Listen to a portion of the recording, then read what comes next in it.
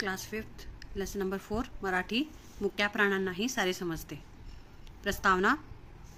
प्राण्यांना जरी बोलता येत नसले तरी त्यांना सुद्धा माणसाप्रमाणे भावना असतात। राग, लोभ, दुःख, सुख या सगळ्या भावना त्यांना कळतात हे स्पष्ट करणारी ही कथा। भूतदया, प्राणीमात्रांवर प्रेम करावे, त्यांचा आदर करावा हा विचार या कथेच्या निमित्ताने मांडण्यात आला आहे। आपल्या भारतीय संस्कृतीत हत्ती, वाघ, गाय, बैल यासारख्या प्राण्यांची आपण पूजा करतो। प्राणी मानवाला खूप मदत करतात।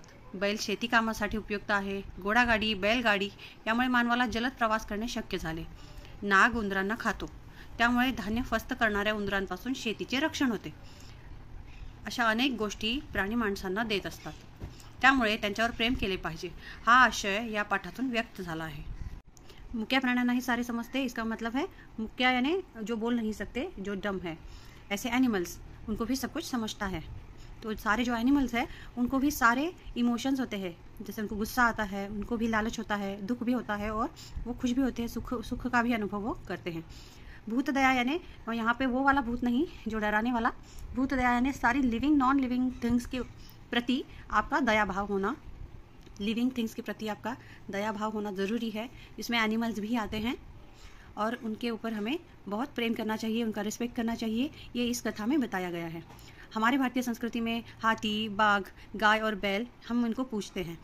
तो एनिमल्स हमारी मदद करने के लिए हमेशा तत्पर होते हैं।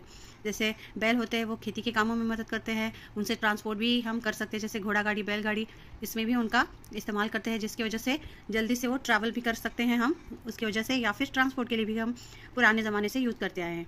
और जो चूहे हैं वो पूरी फसल खा के बर्बाद करते हैं, इसके लिए जो नाग है, सांप है, उनको खाते हैं और इसकी वजह से जो धान्य है या अनाज है हमारे लिए बचता है, नहीं तो वो पूरा खा के बर्बाद कर सकते हैं।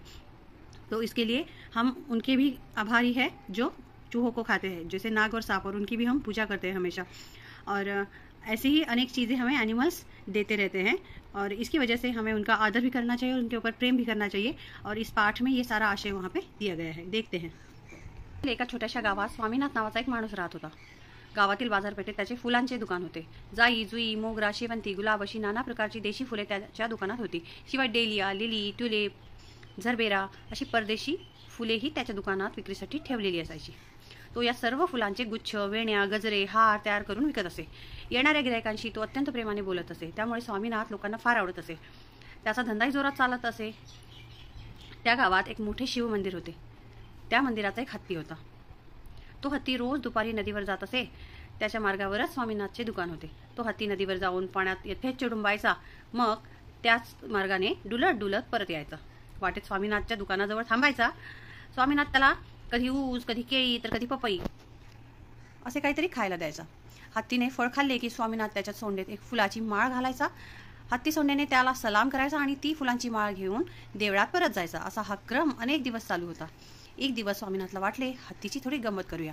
त्या दिवशी हत्ती नेहमीप्रमाणे स्वामीनाथच्या दुकानाजवळ आला। त्यावेळी स्वामीनाथने हत्तीच्या सोंडेला माळ न घालता हातातील हार त्यात तयार करण्याची सुई लावली। टोकदार सुईने सोंडेला घुसल्यामुळे हत्ती पटकन मागे सरला व तो ची ची असा आवाज करू लागला। हत्तीला फार वेदना होत होत्या। दुकानाजवळ उभे असलेले लोक ही गंमत पाहून खो खो हसले। हत्तीला स्वामीनाथचा खूप राग आला। तो तसाच परत नदीवर गेला। नदीच्या काठावरील पाण्यात त्याने चिखल मिसळला, मग ते पाणी त्याने सोंडेत भरून घेतले व तो स्वामीनाथच्या दुकानाजवळ आला। एकदम फुस करून त्याने ते घाण पाणी दुकानातील फुलांवर उडवले। सारी फुले, गुच्छ, माळ घाण झाल्या।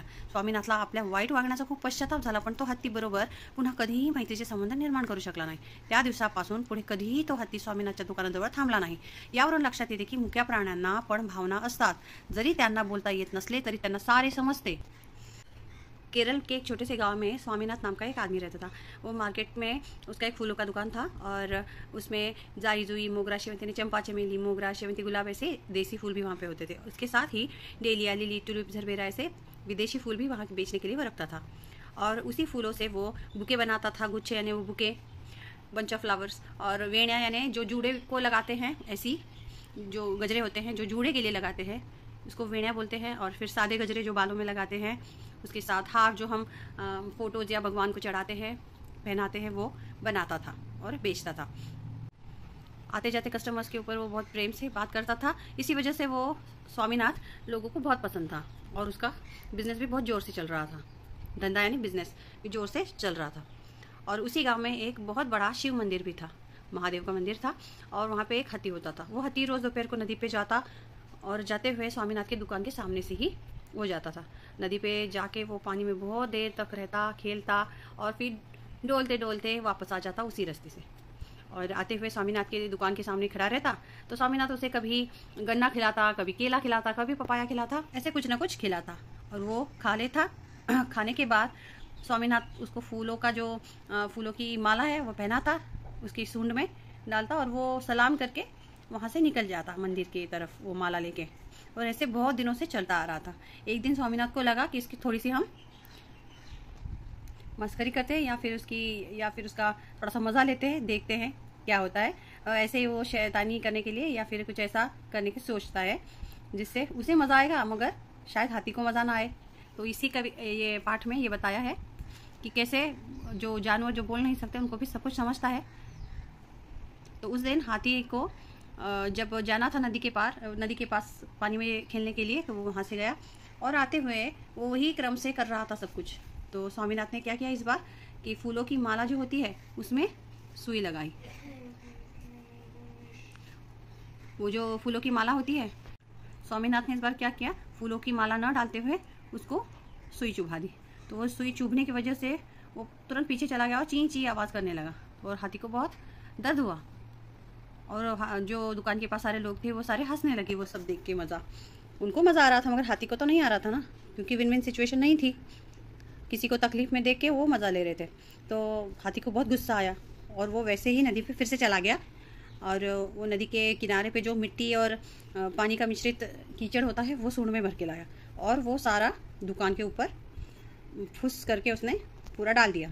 सारे फूल थे, जो मालाएं थे, जो बुके थे, वो सब कुछ गंदा हो गया उस कीचड़ की वजह से। और स्वामीनाथ को बहुत ही बुरा लगा, उसे लगा कि उसने बहुत गलत किया हाथी के साथ।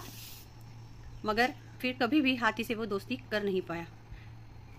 उसके बाद हाथी उस स्वामीनाथ की दुकान के पास कभी भी रुका नहीं।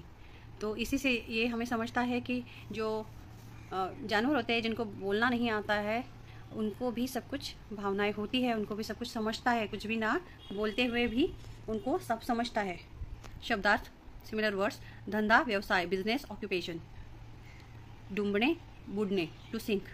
यथेच्छ, मनसोक्त, टू वंस हार्ट्स कंटेंट। गम्मत, मजा, अम्यूजमेंट। वेदना, त्रास, यातना, पेन। टोकदार, धारदार, शार्प। सलाम, वंदन, नमस्कार, सॅल्युटेशन। मुका, बोलता न येणारा, डम। गिराईक, दुकानातून माल विकत घेणारी व्यक्ती। बाजारपेठ, सर्व प्रकारच्या वस्तू विकत घेता येतील अशी जागा किंवा अनेक दुकानांचा समूह असलेली जागा। उसे ही मार्केट भी हम बोल सकते हैं, जहाँ पे बहुत सारी दुकानें होती हैं। केरळ भारतातील एक राज्य। वाक्प्रचार: घाण होणे, खराब होणे। सलाम करणे, नमस्कार, वंदन करणे। यथेच्छ डुंबणे, पाण्यात मनसोक्त पोहणे, पाण्याचा आनंद घेणे। विरुद्धार्थी शब्द: विक्री, खरेदी। To sell, to buy. मैत्री, शत्रुत्व। फ्रेंडशिप, एनिमिटी। घाण, स्वच्छ, डर्टी, क्लीन। टोकदार, बोथट, शार्प, ब्लंट। खालील कृती सूचनेनुसार सोडवा। कंसातील शब्दांचे वर्गीकरण करा। कंस यानी ब्रैकेट, उसमें जो शब्द दिए गए हैं उनको कैटेगराइज कीजिए। देशी फुले, परदेशी फुले। जाई, मोगरा, शेवंती, देशी फुले। डेलिया, टुलिप, लिली, विदेशी फुले किंवा परदेशी फुले। फुलांचा वापर करून तयार होणाऱ्या वस्तूंची नावे लिहा। फुलांचा वापर करून तयार होणाऱ्या वस्तू हार, माळा, गुच्छ, वेण्या, गजरे इत्यादी आहेत। चूक की बरोबर ते लिहा। गावात विष्णूचे मंदिर होते, चूक. गावात शिव मंदिर होते. हत्ती रोज दुपारी नदीवर डुंबायला जायचा, बरोबर. स्वामीनाथ याचे फळे विकण्याचे दुकान होते, चूक. स्वामीनाथ याचे फुले विकण्याचे दुकान होते. सुई टोचल्यावर हत्ती आनंदाने चीची आवाज करू लागला, चूक. सुई टोचल्यावर हत्ती वेदनेने चीची आवाज करू लागला, त्याला पेन झाला, वेदना झाली. तुम्हाला माहीत असलेल्या भारतातील 4 राज्यांची नावे लिहा. महाराष्ट्र, केरळ, गुजरात, आंध्र प्रदेश, तामिळनाडू. इथे तुम्ही काही पण लिहू शकता तुमच्या मनाने. खालील प्रश्नांची एका वाक्यात उत्तरे लिहा. स्वामीनाथचे गाव कोणत्या राज्यात होते? स्वामीनाथचे गाव केरळ राज्यात होते. स्वामीनाथ कोणता व्यवसाय करत होता? स्वामीनाथ फुलांचा व्यवसाय करत होता. स्वामीनाथ हत्तीला कोणकोणती फळे खायला द्यायचा? स्वामीनाथ हत्तीला ऊस, केळी, पपई खायला द्यायचा. हत्ती रोज दुपारी काय करत असे? हत्ती रोज दुपारी नदीवर जायचा. स्वामीनाथचे स्वामीनाथने फुलांची माळ सोंडेत दिल्यानंतर हत्ती आपले प्रेम कसे व्यक्त करत असे? स्वामीनाथने फुलांची माळ सोंडेत दिल्यानंतर हत्ती त्याला सलाम करून प्रेम व्यक्त करायचा. स्वामीनाथने कोणती गंमत केली? स्वामीनाथने हत्तीच्या सोंडेला सुई टोचली. गावात कोणत्या देवाचे मंदिर होते? गावात शिवाचे मंदिर होते किंवा महादेवाचे मंदिर होते. खालील बाकी योग्य क्रमाने लिहा. ऑर्डर में लिखना है, तो मैंने सिर्फ ऑर्डर लिखी हुई है. सबसे पहिले येणाऱ्या गिरायकांशी तो अत्यंत प्रेमाने बोलत असे. तो हत्ती नदीवर जाऊन पाण्यात यथेच्छ डुंबायचा. हत्ती सोंडेने त्याला सलाम करायचा. हत्तीला स्वामीनाथचा खूप राग आला. स्वामीनाथला आपल्या वाईट वागण्याचा खूप पश्चाताप झाला. थोडक्यात उत्तरे लिहा. हत्ती का किंचाळा? स्वामीनाथने हत्तीच्या सोंडेला सुई टोचल्यामुळे हत्ती किंचाळा, कारण त्याला खूप वेदना होत होत्या. स्वामीनाथ लोकांना का आवडत असे? स्वामीनाथ फुलांची गुच्छ, वेण्या, गजरे, हार तयार करून विकत असे. येणाऱ्या गिरायकाशी तो अत्यंत प्रेमाने बोलत असे, म्हणून तो लोकांना आवडत असे. ये हैंडराइटिंग मेरे बच्चे की है, जिसकी वजह से आपको ऐसी दिख रही होगी. ये मेरी हैंडराइटिंग नहीं है, क्योंकि उसने पहले से लिखा हुआ है, तो मैं उसी को कुछ गलती है तो करेक्ट करके फिर से बोल रही हूँ. इसका इतना पूरा रब करके फिर से लिखने की बजाय. हत्तीने स्वामीनाथचा बदला कसा घेतला? हत्तीने नदीच्या काठावरील पाण्यात चिखल मिसळला. मग ते पाणी त्याने सोंडेत भरून घेतले व तो स्वामीनाथच्या दुकानाजवळ आला. एकदम फुस करून त्याने ते घाण पाणी दुकानातील फुलांवर उडवून स्वामीनाथचा बदला घेतला. मुक्या प्राण्यांना सर्व समजते. या वाक्याचा अर्थ स्पष्ट करा. मुक्या प्राण्यांना भावना असतात. जरी त्यांना बोलता येत नसले तरी त्यांना कोण आपल्यावर प्रेम करतो हे समजते. त्यांना स्पर्शाने समोरच्या व्यक्तीच्या मनातली प्रेम भावना समजते. मुके प्राणी त्यांच्यावर प्रेम करणाऱ्यांवरही तेवढेच किंबहुना जास्त प्रेम करतात, कारण त्यांना सर्व समजते.